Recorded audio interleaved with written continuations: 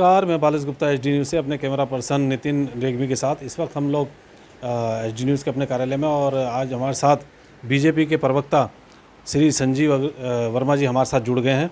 तो वर्मा जी, सबसे पहले एचडी न्यूज़ में आपका बहुत बहुत स्वागत है। धन्यवाद जी, धन्यवाद। वर्मा जी, मेरा सबसे पहला सवाल यही है कि जैसा कि आजकल देखने में आ रहा है कि राजधानी देहरादून में क्राइम काफ़ी ज़्यादा बढ़ गया और विपक्ष का भी आरोप है कि जो है बीजेपी के राज में क्राइम दिन पर दिन बढ़ता जा रहा है। इस विषय पर आपका क्या कहना है? देखिए, Bharatiya Janata party zero tolerance की नीति अपनाए हुए है, zero tolerance on crime and corruption. और हमने अपना जो पुलिस विभाग, हमारे जितनी भी फोर्सेस हैं, उनको विशेष रूप से ये हिदायत दी हुई है कि किसी भी प्रकार का कोई घटना होती है, कोई भी क्राइम होता है, तो उसके लिए जिम्मेदार जो संबंधित थाना क्षेत्र के जितने भी अधिकारी हैं, जो थाना अध्यक्ष हैं, वो उसके जिम्मेदार होंगे। और हम त्वरित और कड़ी कार्रवाई भी कर रहे हैं। भारतीय जनता पार्टी की जो हमारी नीति है जीरो टॉलरेंस की, हम उस पर लगातार काम कर रहे हैं। लेकिन जो कांग्रेस पार्टी जो लगातार अनर्गल आरोप प्रत्यारोप करती है, तो मैं सोचता हूँ उनको अपना ज़माना याद आ गया उन्हें गुजरा ज़माना, जब उनके समय पर दिन दहाड़े डिप्टी जेलर की रुड़की में हत्या हो जाया करती थी, गैंग वार हुआ करते थे, और दिन दहाड़े जहां राजधानी हुआ करती थी, अवैध खनन के खेल हुआ करता था, जो लगातार एक तरह से क्राइम सिटी के रूप में उन्होंने उत्तराखंड को डेवलप किया था। उन तमाम घटनाओं को, तमाम वारदातों को ध्वस्त करते हुए हमारी सरकार जो लगातार काम कर रही है, जो लगातार ऐसे तत्वों पर कड़ी कार्यवाही कर रही है, उससे कांग्रेस पार्टी बौखलाई हुई है और अनर्गल इस प्रकार की जो बयानबाजी करती है। लेकिन उनका तो ये भी आरोप है ना कि जितने भी थाने चौकी हैं उनमें काम नहीं हो रहा है, कहीं ना कहीं वो बीजेपी नेताओं के राजनीतिक दबाव के चलते काम नहीं कर पा रहे हैं। मैं सोचता हूँ कांग्रेस पार्टी का जो शासनकाल था, उस समय शायद वो इसी नीति पर काम करते थे कि थाना चौकी पर भी वो अपना नियंत्रण रखते थे और पूरे पुलिस विभाग को ऊपर उनकी जो कार्यशैली है उसको वो बाधित करने का काम करते थे, और शायद उन्हें अपने हाथों से संचालित करने का काम करते थे। यही एक बड़ा कारण था कि उनके समय में जितने भी क्राइम होते थे, या तो वो ठंडे बस्ते में चले जाते थे, या उनके ऊपर किसी प्रकार की कोई कार्रवाई नहीं होती थी। लेकिन खनन नीति को लेकर भी सवाल उठाए जा रहे हैं कि जो खनन हो रहा है वो एक तो क्षमता से ज़्यादा हो रहा है, मानकों के अनुसार नहीं हो रहा, और जो है बाहर की कंपनियों को ही सारा काम दिया जा रहा है। देखिए,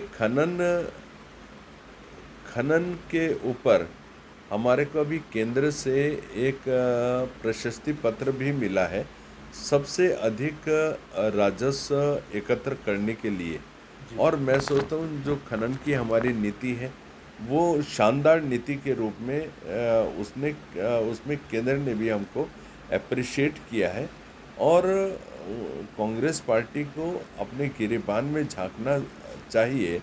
जब उनके शासनकाल में खनन पूरी तरह से अवैध हुआ करता था, इन्होंने खनन के ऊपर रोक लगा रखी थी, और किंतु रोक के बावजूद भी ये खनन का काम करते थे, और खनन का जितना भी पैसा होता था वो सीधा सीधा मुख्यमंत्री की जेब में और तमाम कांग्रेस के नेताओं की जेब में जाता था, और राज्य के राजस्व विभाग को उसमें 5 पैसे का सिक्का भी प्राप्त नहीं होता था।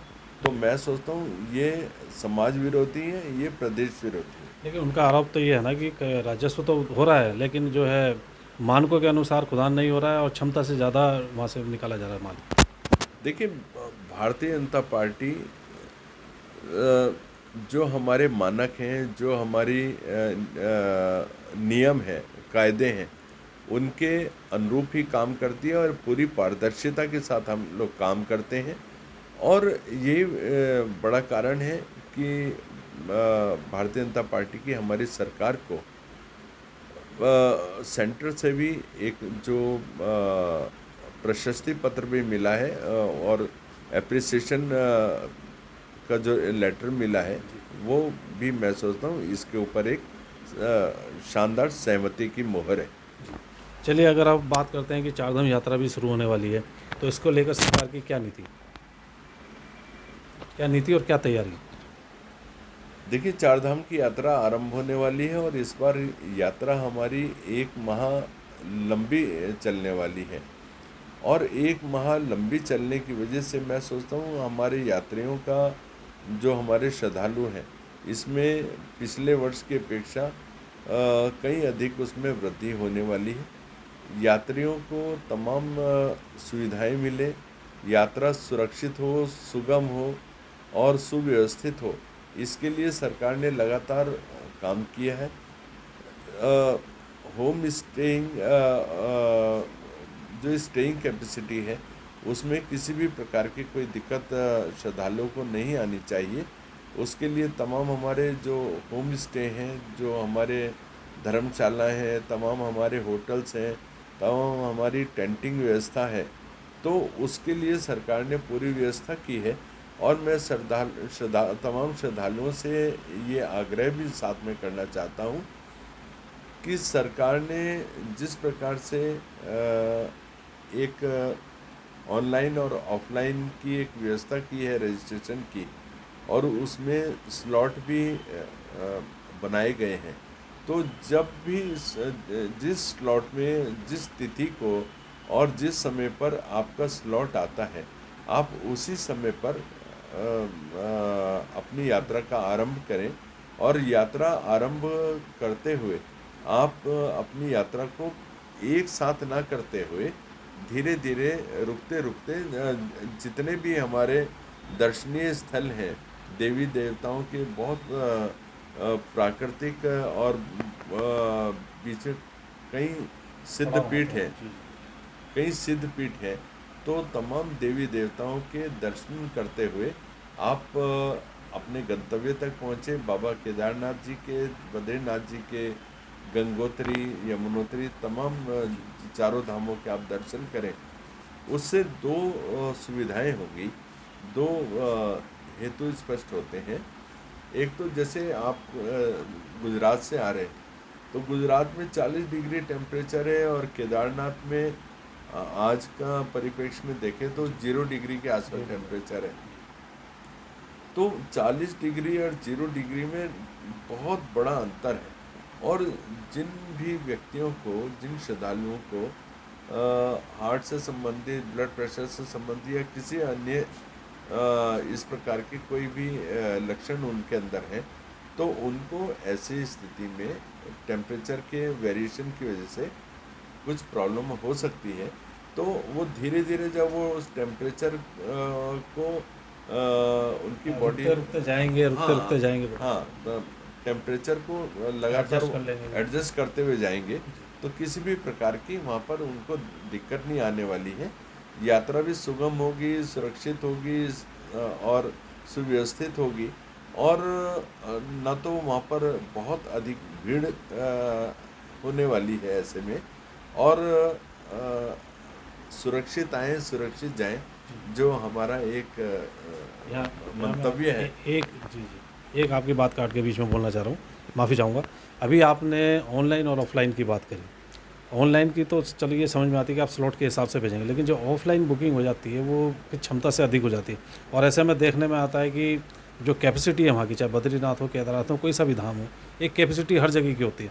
लेकिन जब कैपेसिटी से ज़्यादा लोग वहाँ पहुँच जाते हैं, तो उस टाइम वहाँ बड़ी अव्यवस्था हो जाती है। तो इसको लेकर सरकार कैसे देखती है?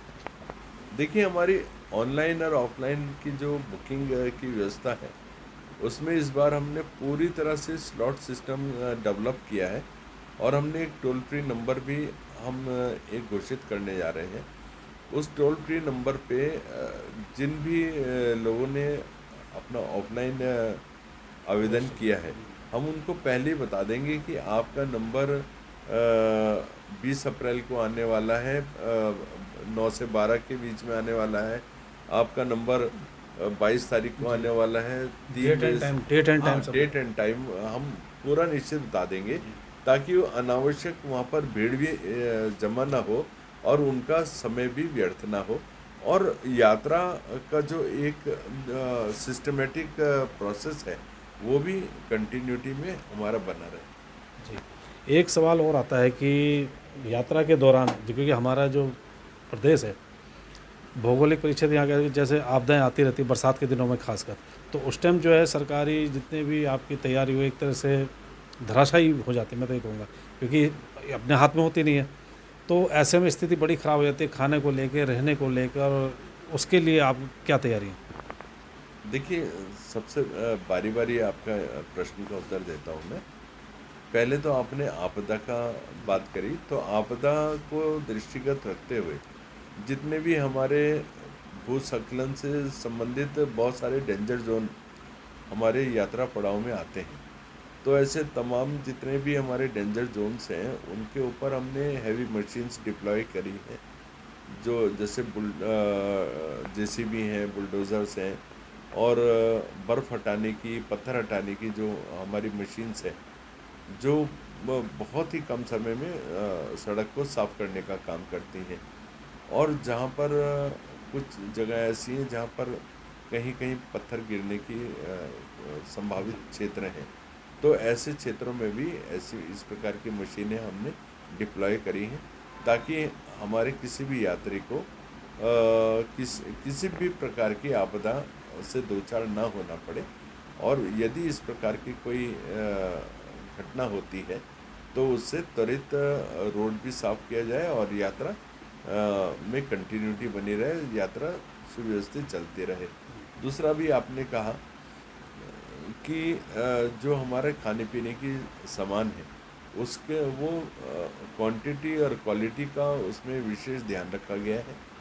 तमाम जितने भी हमारे ढाबे, रेस्टोरेंट, होटल व्यवसायी हैं, होम स्टे वाले हैं, और तमाम इस प्रकार की उसमें टेंटिंग हो गया, धर्मशालाएँ होगी, उन तमाम को हिदायत दी गई है कि आप अपने यहाँ रेट लिस्ट जारी करें और उन रेट लिस्ट के आधार पर ही आप अपने श्रद्धालुओं से भुगतान प्राप्त करें।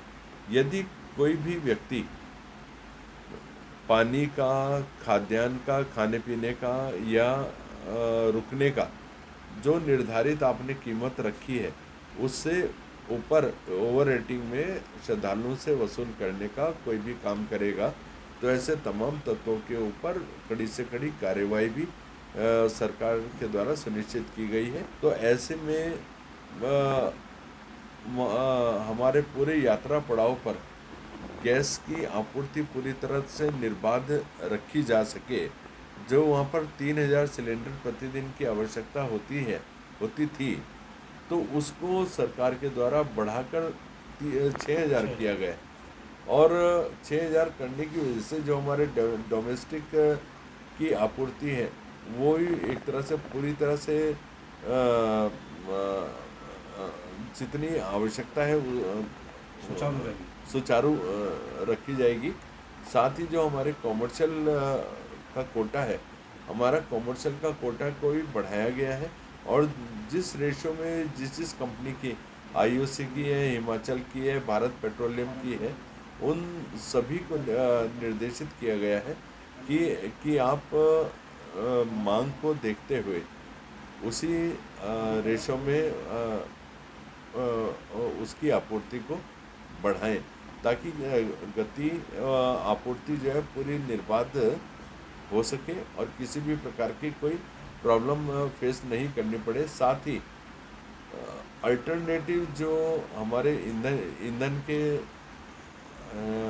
जो अल्टरनेटिव व्यवस्थाएं हैं, जैसे लकड़ी होगी, पिरूल हो गया, कोयला हो गया, केरोसिन ऑयल हो गया, या हमारे डीजल स्टोव हो गए, इन तमाम के ऊपर भी आप उनका उपयोग करें, ताकि जो वो गैस का एक सब्स्टिट्यूट बनते हुए आपको किसी भी प्रकार की ईंधन की समस्या से दो चार ना होना पड़े।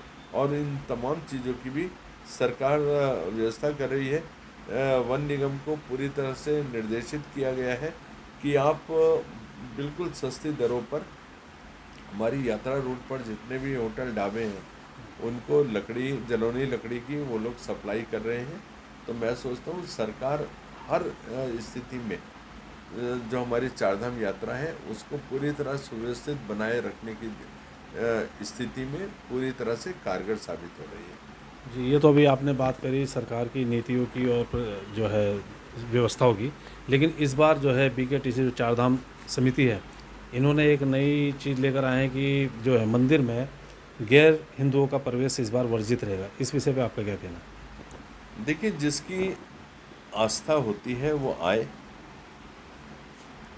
ये चारधाम यात्रा हिंदुओं का एक तरह से हिंदुओं की आस्था का पर्व है, और हिंदू आ रहे हैं, बहुत अच्छी बात है। जिसकी आस्था ही नहीं है उसका आने का मतलब क्या है, काम क्या है? नहीं, इसमें जो बीकेटीसी के जो अध्यक्ष हैं उन्होंने एक बयान दिया कि वो एक एफिडेविट लेंगे कि आस्था है, तो अगर कोई मुस्लिम भी अपनी आस्था जताए तो क्या वो प्रवेश कर पाएगा? देखिए, सोनू मोनू पिंटू चिंटू नाम रख के, जो छद्म नाम कर रख के, जो लव जिहाद, लैंड जिहाद और थूक जिहाद करते हैं, तो ऐसे तमाम जिहादियों के ऊपर सरकार पहले से ही लगातार कड़ी कार्रवाई करती रही है, और आगे भी सरकार पूरी कड़ाई के साथ कदम उठाने जा रही है। और जो भी व्यक्ति यहाँ पर गलत मंसूबे से आकर हमारी धार्मिक आस्थाओं के ऊपर खिलवाड़ करने का काम करेगा, हम ऐसे किसी भी तत्व को कतई बख्शने के मूड में नहीं हैं। उनके ऊपर कड़ी से कड़ी और कड़ी से कड़ी दंडात्मक कार्रवाई भी हम लोग करेंगे। लेकिन विपक्ष का कहना है कि जो है मुस्लिमों को बीजेपी खुद बसा रही है और फिर डेमोग्राफी चेंज का भी बहाना बना रही है। इस पर क्या कहना है? हल्द्वानी में रेलवे लाइन पर जो हजारों हजार आपने घुसपैठियों को बसाने का काम किया, हरीश रावत जी के उस समय सरकार थी। क्या उस समय भारतीय जनता पार्टी की सरकार थी या कांग्रेस पार्टी की सरकार थी? इस बात का जवाब तो कांग्रेस पार्टी को देना चाहिए। जी, अभी खड़गे जी का जो बयान आया है उस पर आप क्या कहना चाहेंगे? देखिए, खड़गे जी का बयान पूरी तरह से स्पष्ट है कि वो तुष्टीकरण की को हवा देने में विश्वास करते हैं। उन्होंने सीध और साफ लफ्ज़ों में मुस्लिम समाज का संरक्षण करने का बात कही है, करने की बात कही है। और सीधा सीधा उन्होंने कहा, हिंदू समाज को, सनातन समाज को, आरएसएस को, बीजेपी को, सबको उन्होंने साफ बोलने का काम किया है और उसे कुचलने का बात कही है। यानी उन्होंने स्पष्ट कर दिया कि हिंदू समाज के लिए उनके मन में किसी भी प्रकार का कोई भी अछूता कोना बचा नहीं है, और हिंदू समाज को वो समाप्त करना चाहते हैं, उसका उसको पूरी तरह से मिटा देना चाहते हैं। और हिंदू समाज के हमेशा से वो विध्वंसक की भूमिका में कांग्रेस पार्टी रही है। और अभी 2022 का हमारे यहाँ जो चुनाव हुआ था, उसमें भी कांग्रेस पार्टी ने जिस तरह से बोला था कि हम मुस्लिम यूनिवर्सिटी बना देंगे, हम जुम्मे की नमाज की छुट्टी देने का काम करेंगे, और हमारे लिए जो अल्पसंख्यक है, तुष्टीकरण की राजनीति जो ये लोग करते हैं, जिन्हें ये अपना वोट बैंक समझते हैं, ये सब जो भी कुछ काम करेंगे उन्हीं के लिए करेंगे। और हिंदू को ये पूरी तरह से खदेड़ देना चाहते हैं, मिटा देना चाहते हैं, और हिंदू का एक तरह से खात्मा करने की दिशा में ये लोग इस प्रकार का एक तरह से षड्यंत्र दिनों दिन जो रच रहे हैं, घोर शर्मनाक और घोर निंदनीय है। तो इस तरह के बयानों से आपको क्या लगता है, सीधा सीधा बीजेपी को फ़ायदा पहुंचेगा या किसी और को? देखिए, आज समाज लामबंद हो रहा है, और समाज को भी दिख रहा है कौन अपना है और कौन पराया है। जिस प्रकार से ये हमेशा से जो हिंदू को समाप्त करने की बात कर रहे हैं, हिंदुओं का अहित करने की बात कर रहे हैं, हिंदुओं को सांप की तरह कुचलने की बात कर रहे हैं, तो समाज को अपना मैं सोचता हूँ निर्णय करना है, और समाज निर्णय कर रहा है। और एकजुटता भी समाज के अंदर आ रही है कि हम कौन हमारा अपना है, कौन पराया है, कौन राष्ट्रवादी है और कौन देश का गद्दार है, कौन देशद्रोही है। देशद्रोही ऐसी शक्तियों को जो अर्बन नक्सल की भूमिका में है, ऐसे तत्वों को पहले भी नकारा है जनता के द्वारा और आगे भी नकारने का काम करेंगे। और कहाँ गया था उस समय आपका संविधान, जब आपने धारा 356 के तहत 100 से अधिक 115 बार आपने चुनी हुई राज्य सरकारों को गिराने का काम किया। कहाँ गया था आपका संविधान जिस समय आपने धारा 370 के तहत और अन्य धाराओं के तहत आपने हिंदुओं का नरसंहार कश्मीर में करवाने का काम किया। कहाँ गया था आपका संविधान जिस समय आपने यासीन मलिक जैसे दुर्दांत हत्यारे को पालने का काम किया। और कहाँ गया था आपकी नीतियाँ जिस समय 26/11 के हमले में जो आप कसाब जिसको आप लगातार बिरयानी खिलाते रहे और तमाम इतने बड़े बड़े जिसमें सैकड़ों की संख्या में लोग मारे गए और आप एक डोजियर दिखाकर अपनी इतिश्री करते रहे। कहाँ गया था आपका संविधान? लेकिन विपक्ष तो कहता है कि आप जो है बीजेपी संविधान का पूरा पूरा उल्लंघन कर रही है और ईवीएम की मदद से ही और जो है हर बार चुनाव जीत जा रही है। देखिए, कांग्रेस पार्टी चलती फिरती झूठ की दुकान, ये इतने बड़े मक्कार लोग हैं, जहाँ पर जीतते हैं वहाँ पर लोकतंत्र की जय जयकार, जहाँ हारते हैं वहाँ पर ईवीएम पर ठीकरा। बहुत शानदार परिभाषा है इनकी। और और मैं कहता हूँ वहाँ पर भी बोला करो ना, हिमाचल में आपकी सरकार बनी तो वहाँ पर ही बोलते कि ईवीएम में हेराफेरी हुई। कर्नाटक में आपकी सरकार बनी, तेलंगाना में आपकी सरकार बनी, वहाँ पर भी बोलते कि ईवीएम की हेराफेरी हुई। 99 सीटों पर आप जीते तो वहाँ पर भी बोलिए कि ईवीएम पर हेराफेरी हुई। क्या 242 सीटों पर हेराफेरी हुई, 99 पर हेराफेरी नहीं हुई? 3 सीटों पर जहाँ आप जीते वहाँ हेराफेरी नहीं हुई, शेष पर हेराफेरी हुई। ये दोहरा मापदंड और दोहरा ये हिसाब नहीं चलेगा। या तो आप सबके लिए बोलिए या सबके लिए ना बोलिए। तो इनका तो हर चीज़ में एक दोहरा जो मापदंड है वो जनता भी देख रही है और लगातार इनको नकारने का काम कर रही है। यही बड़ा कारण है। उत्तराखंड में भी यदि आप देखते हैं तो जो एक मिथक था कि एक बार भाजपा और एक बार कांग्रेस, 2 बार से 2017 2022 लगातार भारतीय जनता पार्टी की सरकार बन रही है और तीसरी बार अभी 2027 में चुनाव होने जा रहा है। तीसरी बार में भी लगातार भारतीय जनता पार्टी की सरकार बनने जा रही है। हम ईवीएम का रोना नहीं रोते, ईवीएम का ढोल नहीं पीटते, हम जनता के बीच जाते हैं, हम जनता के मन में जगह बनाते हैं, जनता का आशीर्वाद प्राप्त करते हैं, जनता से जो वायदे करते हैं उन वायदों को पूर्ण करने का काम करते हैं। अभी 2022 का चुनाव हुआ था, माननीय मुख्यमंत्री श्री पुष्कर सिंह धामी जी ने जनता के साथ जो जो वायदे किए उन तमाम वायदों को पूर्ण करने का काम किया। हमने कहा था पहली कैबिनेट में हम यूसीसी लेकर आएंगे, लाने का काम किया। हमने कहा था नकल विरोधी कानून लाएंगे, लाने का काम किया। जबरन धर्मांतरण कानून लाएंगे, लाने का काम किया। अतिक्रमण विरोधी कानून लाएंगे, लाने का काम किया।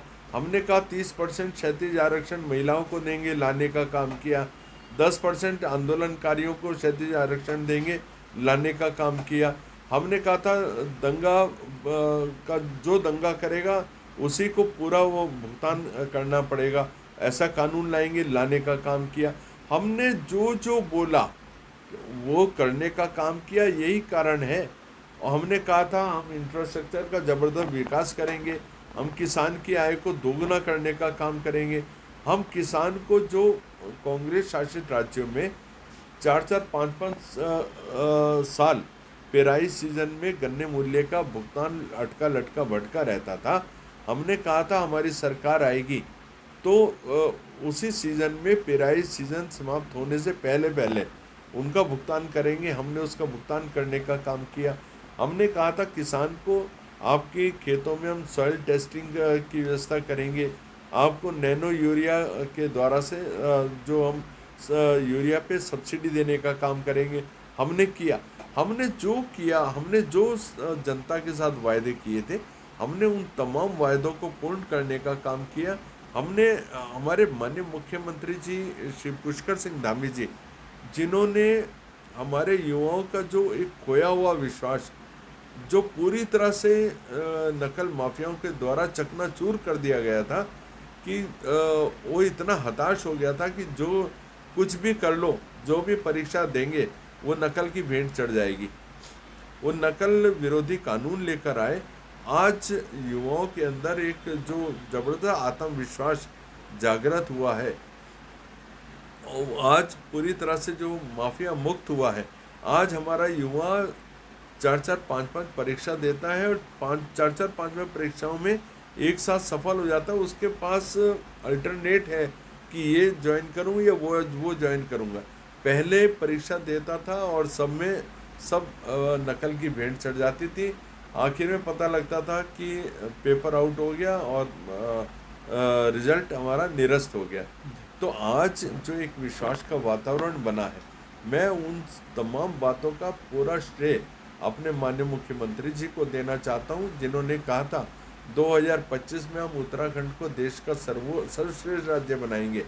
आज उत्तराखंड को आप किसी भी दृष्टि से देखें, उत्तराखंड देश का सर्वश्रेष्ठ राज्य है। स्टेट जीडीपी औसत जीडीपी से 1 अंक ऊपर है। तमाम हाथों में काम है।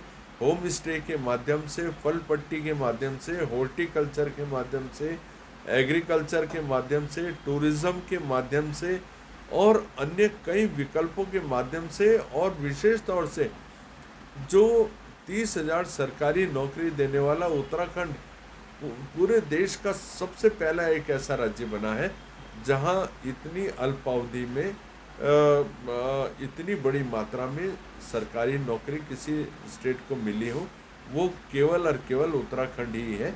और भारतीय जनता पार्टी हमारी सरकार के द्वारा जो जनता के साथ वायदे किए, उनको अक्षरशः उसका पालन किया। आज 90% से ज़्यादा हमारी जो घोषणाएं हैं वो लगभग पूर्ण हो चुकी हैं।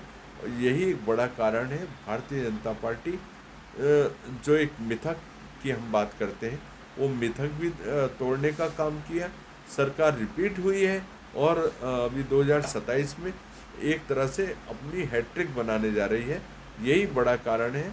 जनता का भारतीय जनता पार्टी के ऊपर विश्वास प्रगाढ़ हो रहा है और जनता बार बार भारतीय जनता पार्टी को अपना आशीर्वाद दे रही है। और कांग्रेस के डूबते जहाज को एक बड़ा पत्थर और उस पर रख के और ज़्यादा गहरे में समुद्र तल तक डुबाने का भी काम कर रही है, क्योंकि जनता को विकास चाहिए, जनता को विश्वास चाहिए, जनता को समानता चाहिए जो हमने यूसीसी के माध्यम से दी है। एक समान न्याय चाहिए, एक समान कानून चाहिए और किसी भी प्रकार का भेदभाव नहीं चाहिए। उसके लिए हमने यूसीसी लागू किया है।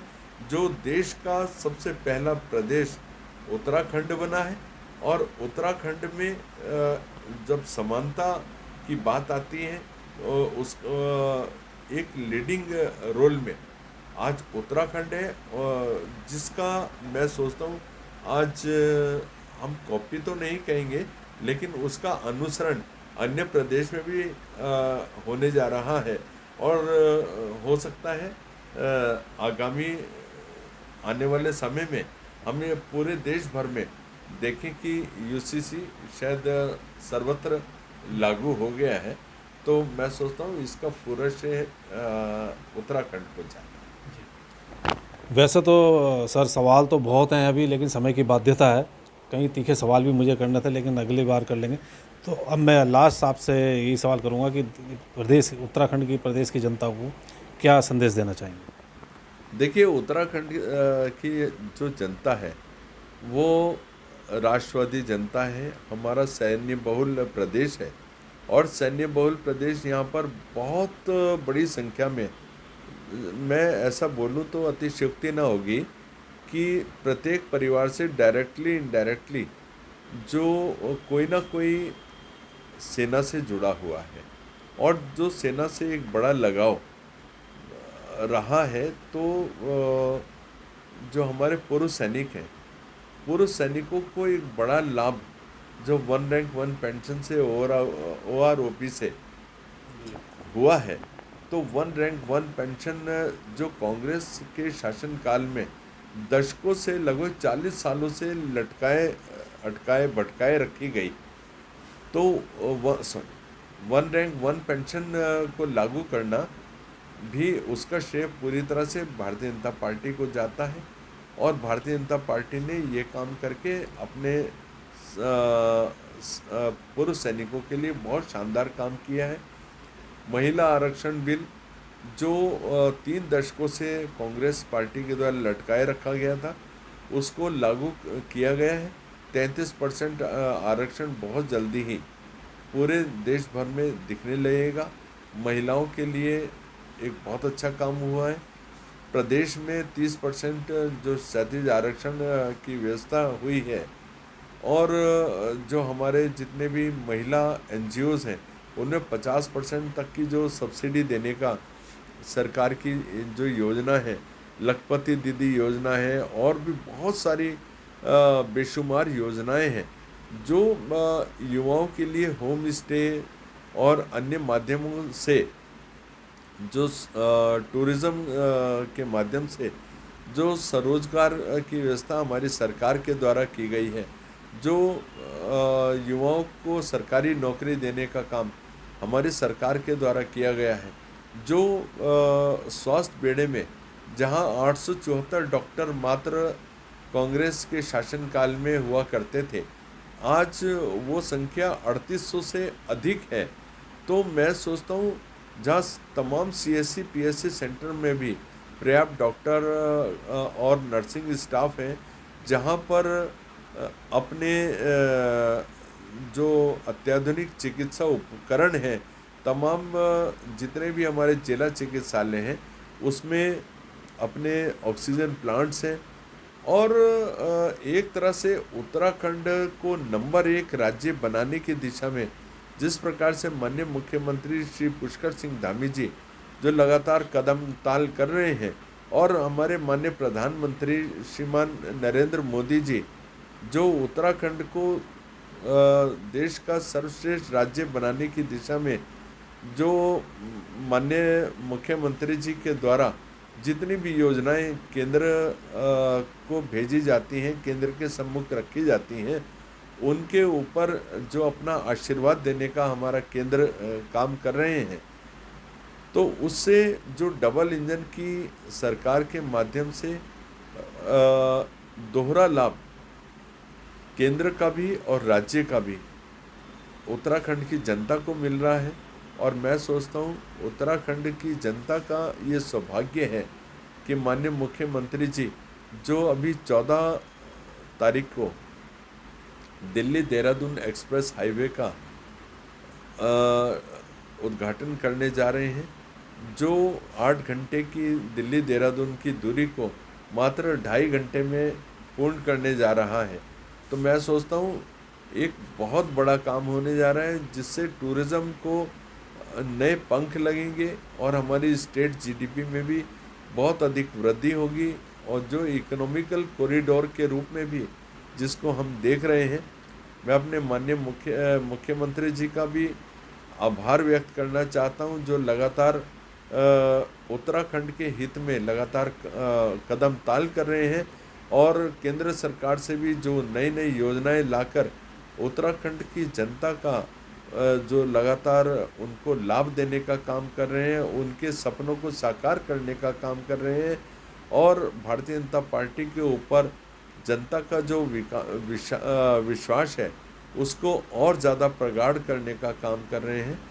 तो मैं अपने माननीय मुख्यमंत्री जी का भी धन्यवाद करता हूं और माननीय प्रधानमंत्री जी जो हमारे 14 तारीख को देहरादून आ रहे हैं, मैं उनका भी उत्तराखंड की धरती पर देवभूमि पर उनका स्वागत भी करता हूं, उनका अभिनंदन करता हूं और उनका धन्यवाद भी देता हूं जिन्होंने डबल इंजन के माध्यम से पहाड़ पर रेल चढ़ाने का भी काम किया और उत्तराखंड को Delhi Dehradun express highway economical corridor देने का जो एक बहुत ही महत्वाकांक्षी और बहुत बड़ी योजना है, उससे आच्छादित करने का काम किया। तो मैं भारतीय जनता पार्टी और अपने माननीय प्रधानमंत्री जी का, माननीय मुख्यमंत्री जी का दिल की गहराइयों से धन्यवाद करता हूँ। तो अभी आपने बीजेपी प्रवक्ता श्रीमान संजीव वर्मा जी को सुना, जिन्होंने बीजेपी के कार्यप्रणाली को खुलकर बताया हमारे दर्शकों को, और उनकी योजना परियोजनाओं और घोषणाएं जो की गई थी कहां तक पूरी गई उसका पूरा सविस्तार वर्णन किया। और अभी हमारे कुछ सवाल अभी रह गए हैं क्योंकि समय की बाध्यता है। अगली बार हमको ज़रूर कहेंगे समय निकाल कर हमारे स्टूडियो जरूर आएँ, क्योंकि बहुत सारे अभी सवाल हैं राजधानी की समस्या को लेकर और कई ज्वलंत मुद्दे हैं, उन पर भी हम चर्चा करेंगे। फ़िलहाल आज के लिए इतना ही काफ़ी है, और वर्मा जी को HD न्यूज़ को समय देने के लिए आपका बहुत बहुत धन्यवाद। धन्यवाद जी, आपका भी बहुत धन्यवाद। धन्यवाद सर।